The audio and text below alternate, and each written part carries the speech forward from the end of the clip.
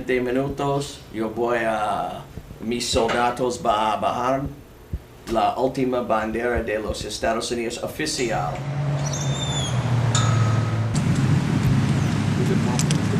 We have to comply with the Panama Canal Treaties of 1977. That's what we're going to do, and we are. We're well within that now. It's the end.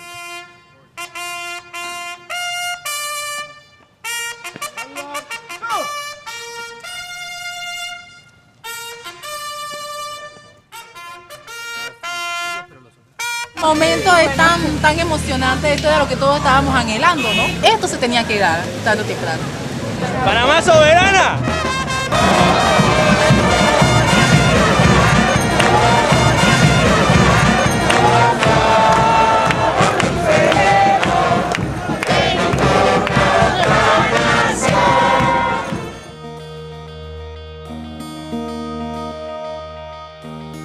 Sigue el letrero ahí modernizado, pero fíjese que el nombre de las calles sigue en inglés.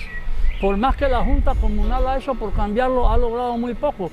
La gente prefiere el nombre de una máquina que construyó el canal al de un prócer panameño, al de un poeta, al de un científico panameño. Yo pienso que el norteamericano no debía de haberse ido. Esto no es cuestión de bandos, esto es cuestión de lo que realmente le conviene a Panamá.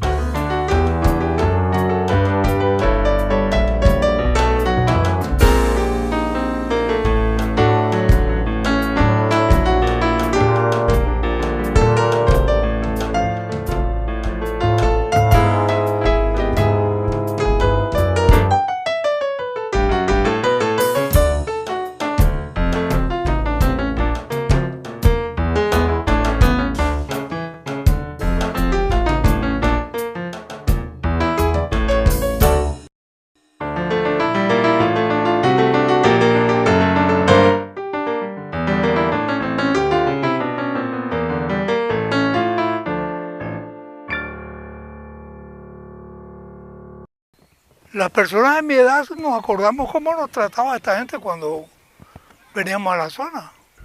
Bueno, es que esto era de ellos, ¿no? Esto era otro país.